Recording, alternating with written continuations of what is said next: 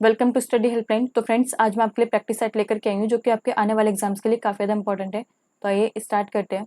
तो first question हमारा भारतीय संविधान के 73वें संशोधन का संबंध है। तो ए ऑप्शन है इसका नगर पालिका से, बी ऑप्शन है इसका पंचायती राज से, सी ऑप्शन है इसका केंद्र राज्य संबंध से, डी ऑप्शन है इसका काम के अधिकार से। तो राइट आंसर क्या है?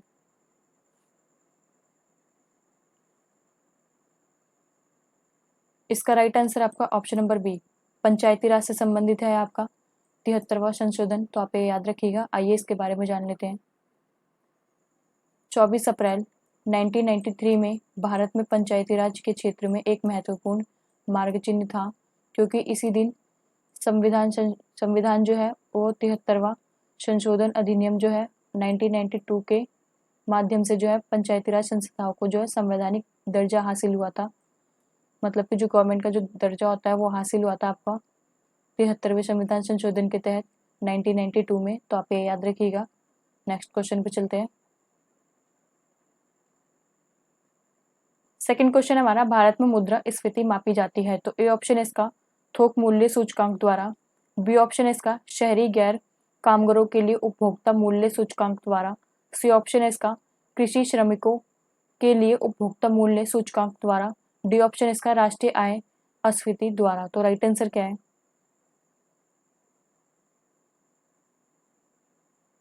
इसका राइट आंसर आपका ऑप्शन नंबर ए, थोक मूल्य सूचकांक द्वारा जो है वो आपके भारत में जो है मुद्रास्फीति जो है मापी जाती है। तो आप ये याद रखिएगा। नेक्स्ट क्वेश्चन पे चलते हैं। थर्ड क्वेश्चन हमारा, अंत्योदय कार्यक्रम का उद्देश्य था। तो ए ऑप्शन है इसका शहरी गरीबी दूर करना, बी ऑप्शन है इसका अनुसूचित जातियों के जीवन स्तर में सुधार करना, सी ऑप्शन है इसका अल्पसंख्यक के उन्नत करना, डी ऑप्शन है इसका गरीबों में सबसे अधिक गरीब की मदद करना। तो राइट आंसर क्या है? इसका राइट आंसर आपका ऑप्शन नंबर डी, गरीबों में सबसे अधिक गरीबों की जो है मदद करना। इसका राइट आंसर है ऑप्शन नंबर डी। अंत्योदय कार्यक्रम के उद्देश्य यही थे कि गरीबों के अंदर जो है जितने भी गरीब हैं उनकी मदद करना। तो आइए नेक्स्ट क्वेश्चन पे चलते हैं। तो फोर्थ क्वेश्चन हमारा, बंद अर्थव्यवस्था से आप क्या समझते हैं? तो ए ऑप्शन है इसका निर्यात बंद, बी ऑप्शन है इसका आयात निर्यात बंद, सी ऑप्शन है इसका आयात बंद, डी ऑप्शन है इसका नियंत्रण पूंजी। तो राइट आंसर क्या है?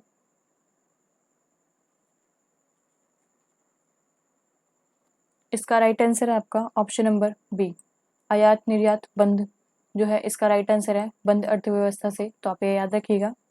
नेक्स्ट क्वेश्चन पर चलते हैं।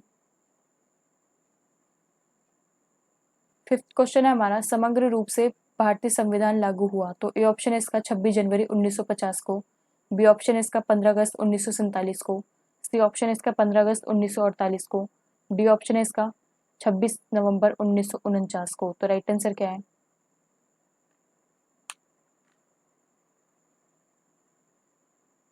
इसका राइट आंसर आपका ऑप्शन नंबर ए, 26 जनवरी 1950 को जो है भारतीय संविधान जो है पूर्ण रूप से लागू हो गया था। तो आप ये याद रखिएगा। आइए इसके बारे में जान लेते हैं। संविधान निर्माण में जो है आपका 2 वर्ष 11 महीने 18 दिन लगे थे, और उसके पश्चात जो है आपका 26 नवंबर 1949 को जो है संविधान बनकर तैयार हो गया था पूर्णतः। पर यह आपका 26 जनवरी 1950 को जो है लागू हुआ था। तो आप ये याद रखिएगा। 26 नवंबर 1949 को जो है आपका ये बनकर तैयार हो गया था। आपका इसका टाइम कितना लगा था? 2 वर्ष 11 महीने 18 दिन लगी थी। तो आप ये याद रखिएगा। ये क्वेश्चन जो है आपका एग्जाम्स में पूछ लिया जाता है, जो मैंने आपको इसमें पॉइंट बताया है। तो आप ये याद रखिएगा। नेक्स्ट क्वेश्चन पे चलते हैं। तो सिक्स क्वेश्चन है हमारा, भारत का प्रधानमंत्री बनने के लिए अपेक्षित न्यूनतम आयु कितनी है? तो ए ऑप्शन है इसका 18 वर्ष, बी ऑप्शन है इसका 21 वर्ष, सी ऑप्शन है इसका 25 वर्ष, डी ऑप्शन है इसका 35 वर्ष। तो राइट आंसर क्या है?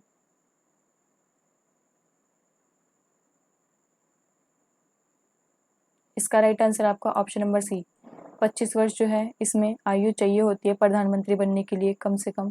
तो आप ये याद रखिएगा। आइए और जान लेते हैं इसके बारे में। आर्टिकल 74 के अनुसार जो है प्रधानमंत्री मंत्रिपरिषद का जो है प्रधान होता है। तो आप ये याद रखिएगा। और आर्टिकल 75 के में केवल यह लिखा गया है, यह प्रावधान है कि प्रधानमंत्री की जो नियुक्ति है वो कौन करेगा? राष्ट्रपति। तो आप ये याद रखिएगा।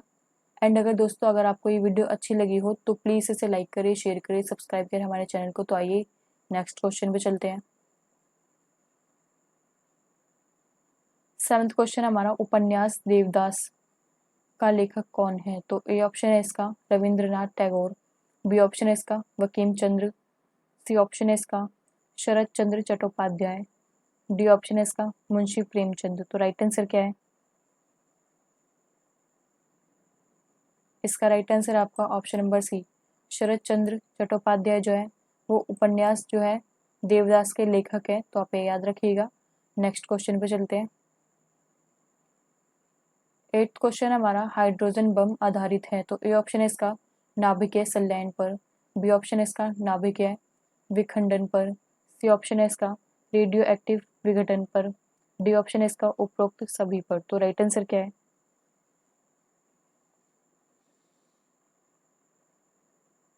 इसका राइट आंसर आपका ऑप्शन नंबर ए, नाभिकीय संलयन पर जो है आपका हाइड्रोजन बम आधारित है। तो आप ये याद रखिएगा। नेक्स्ट क्वेश्चन पे चलते हैं। तो 9th क्वेश्चन हमारा, पौधों और जंतुओं के बीच की योजक कड़ी के रूप में जाना जाता है। तो ए ऑप्शन है इसका अमीबा, बी ऑप्शन है इसका युगलिना, सी ऑप्शन है इसका प्लाज्मोडियम, डी ऑप्शन है इसका पैरामीशियम। तो राइट आंसर क्या है?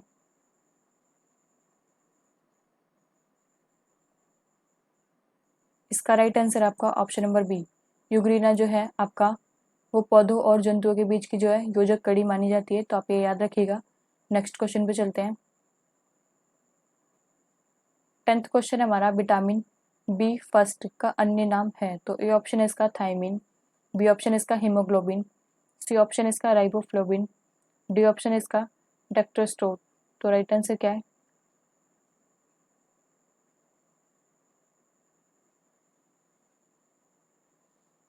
इसका राइट आंसर आपका ऑप्शन नंबर ए, थायमिन कहा जाता है B1 को। विटामिन B1 को जो है थायमिन के नाम से जाना जाता है। तो आप ये याद रखिएगा। एंड दोस्तों आज के लिए बस इतना ही। अगर आपको ये वीडियो अच्छी लगी हो तो प्लीज़ इसे लाइक करें, शेयर करें, सब्सक्राइब करें हमारे चैनल को। तो मिलते हैं आपको ऐसी अगली वीडियो में। आज के लिए बस इतना ही। Thank you.